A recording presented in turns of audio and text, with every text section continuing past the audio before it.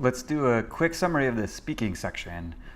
It's not going to be super important to focus on this video a lot because you want to know about the specific items a little bit more than the general topic of the speaking section, but this is going to be helpful so you understand what you're doing.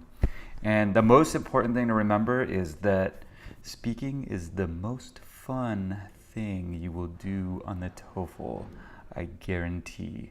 The sooner you believe that, the happier you will be in your life.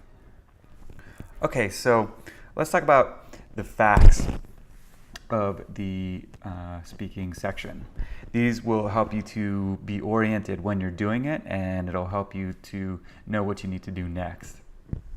First of all, there's 6 items total on the test, and it's going to take about 25 minutes. So the speaking is the shortest item on the shortest section of the TOEFL.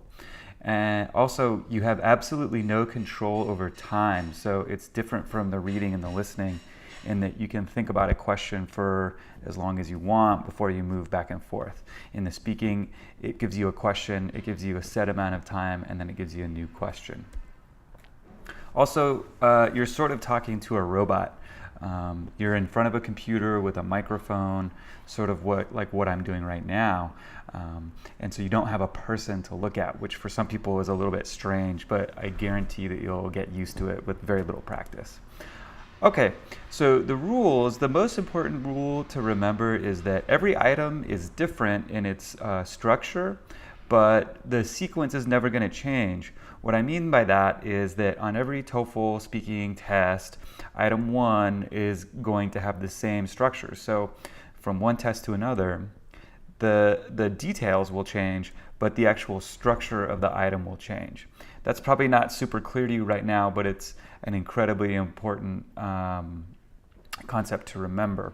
So, item 2 is the same. It's going to be different from item 1 in its basic structure, but between different items, it's always going to have the same basic concepts. This is going to be what really is the basis of your strategy, so it's important to understand this concept early on. Next, your strategy is not super difficult, but it's important to remember these different items. First of all, you need to understand and remember the sequence. This is to avoid getting lost when you're doing the speaking, because if you are unsure about what you're doing on, for example, item 3, maybe you get nervous and that will have a negative effect. It'll have a cascading effect on item 4. So you always have to be able to predict what you need to do next. That's a super important concept. Okay, it's also really good to have a solid introduction for each item, because you know that each item is going to have a similar structure. So what you can do is create for yourself a really good first sentence that will work with just about any item, and that lets you sort of memorize a small portion of the item. And that will also, like the sequence, that will have a cascading effect. If you sound really confident when you start an item, you'll probably be really confident when you finish, and that will have a huge positive impact on your score. So it's very important to have a good, solid introduction that you can very quickly remember and very quickly give for each item. And then finally, you're actually going to use a cheat sheet to remember the sequence. If you're a Spanish speaker, you might call this a chuleta. This is literally a piece of paper that has information on it about the sequence of the items, and you use it as a map. You look at it after every item to remember what you need to do next. Okay, so as I said before, there are 6 item types, and you want to think of them in different categories. Item 1 and 2, all they do is they ask you for your opinion. What's your favorite place to study? Who is your favorite leader in history? That's a crazy question. Or something like, which do you prefer, riding a bicycle or taking the subway? 3 and 4, you have to read, and then you have to listen, and then you have to speak about the things that you read and the things that you listened to. These 2 are a little bit more complicated in their structure. Item 3 is easy, item 4 is difficult, but they have that similarity to them. And then 5 and 6, the way they are similar is that all you do is you listen to something and then you speak. And here there's a very important point. If you notice, 4 of the items are very dependent on on how well you comprehend a listening.